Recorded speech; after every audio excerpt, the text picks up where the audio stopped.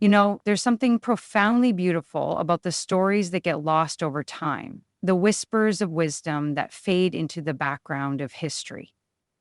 Lately, I've been captivated by one such story, that of Sophia, the goddess of wisdom in early Christianity. Imagine a divine feminine presence dancing through creation, existing before the stars, before time itself. She was there, moving in harmony with the masculine, deeply rooted in the foundation of everything. The ancients called her Sophia, and she was a radiant beacon of insight and understanding. In the earliest days of Christianity, Sophia wasn't just a symbol, she was an integral part of spiritual practice. The Gnostics, those early Christian mystics, spoke of her as both the source of divine knowledge and the companion of Christ. Together, they embodied a secret union, a balance of masculine and feminine energies in the cosmos. They didn't see divinity as a singular masculine force, but recognized the profound partnership between Sophia and Christ. For instance, their act of communion wasn't solely a remembrance of Christ's passion, it was also a celebration of Sophia's wisdom. They would pray, "Come, hidden mother, come, you who are made manifest in your works, and give joy and rest to those who are bound to you." To the power of one Sophia's presence was woven into every aspect of their worship. Wine, symbolizing her blood, was shared among initiates, emphasizing a spirituality that honored both men and women as equal reflections of the divine. Her influence persisted in Christian art for quite some time, especially in the Eastern Orthodox tradition. Take the Hagia Sophia in Istanbul, as very name means holy wisdom. This magnificent cathedral stands as a tribute to her enduring legacy. But over the centuries, her presence became more symbolic than devotional. Layers of patriarchal theology gradually obscured her story, and her role as an active divine force diminished. The rediscovery of Gnostic texts in the 20th century, like the Sophia of Jesus Christ and Pistis Sophia, reignited interest in her teachings.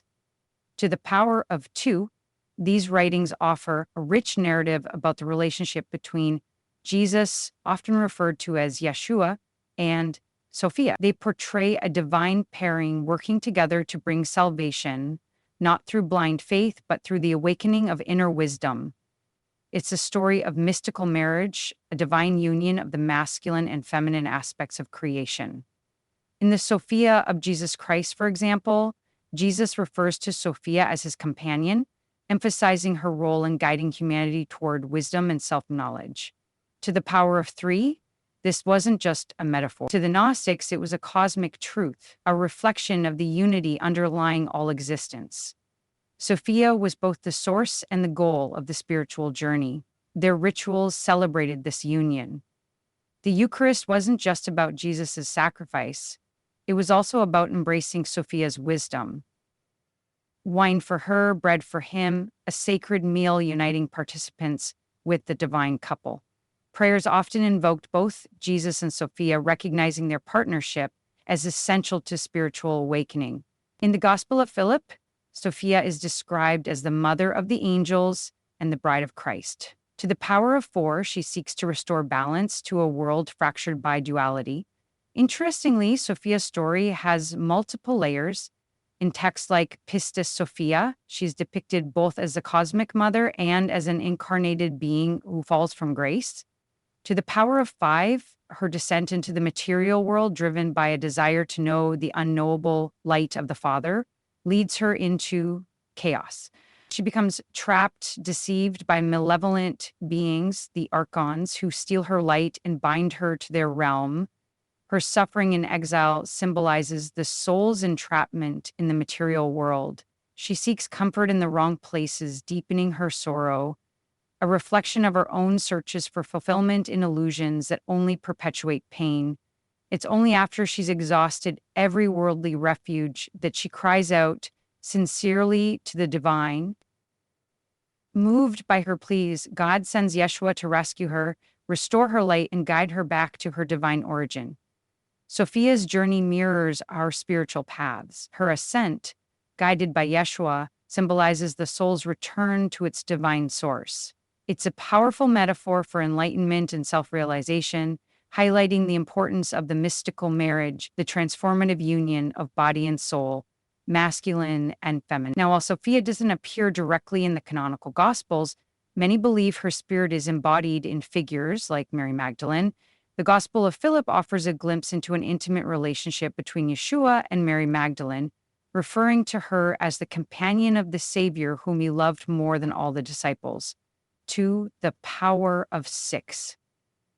This wasn't just about romance. It represented the union of divine masculine and feminine forces shaping the cosmos. Some modern interpretations, like those in the Sophia Code and the Magdalene manuscript, suggest that Mary Magdalene was trained in the Egyptian temple traditions, specifically within the mysteries of Isis. To the power of 7, she learned sacred alchemical practices designed to transform and awaken the divine essence. Her union with Yeshua was of sacred purpose, a continuation of ancient practices where the priestess played a crucial role in elevating the consciousness of the divine masculine.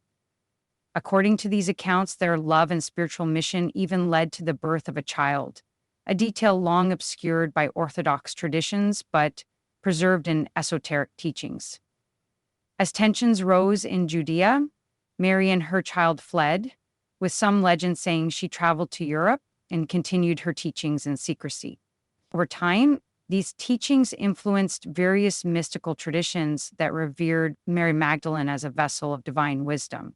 All of this raises the question, if Sophia's wisdom was so integral to early Christianity, why did she fade from mainstream recognition? The suppression of Sophia began with the rise of the Roman Church. As Christianity became the state religion, the focus shifted from mystical knowledge to rigid doctrine. The divine feminine was gradually erased, replaced by a patriarchal vision of divinity. Mary, the mother of Jesus, was elevated to divine status, but even she retained only faint echoes of Sophia's wisdom and power. This suppression left a void, a loss of balance, and a holistic understanding of the cosmos. It wasn't just about erasing a goddess. It was about silencing a critical aspect of spiritual harmony. Women lost a divine figure who reflected their own journeys, and men were denied a relationship with the nurturing, intuitive aspects of the divine. But here's the hopeful part. Sophia is rising again. There's a renewed interest in embracing the divine feminine, recognizing the importance of balance between masculine and feminine energies. It's not about discarding the masculine, but about restoring harmony. As she awakens from the depths, she doesn't seek revenge or dominance. Instead, she brings a call to soften, to restore nobility in rest, to honor the cycles of nature, and to whisper the lost wisdom of the moon. This isn't a call to arms. It's a call to embrace both aspects of our nature, for women to trust themselves again, their hearts, their voices, and for men to become worthy of that trust, holding space with purity and presence. It's about releasing cycles of blame and pain, liberating ourselves through forgiveness, and remembering who we truly are.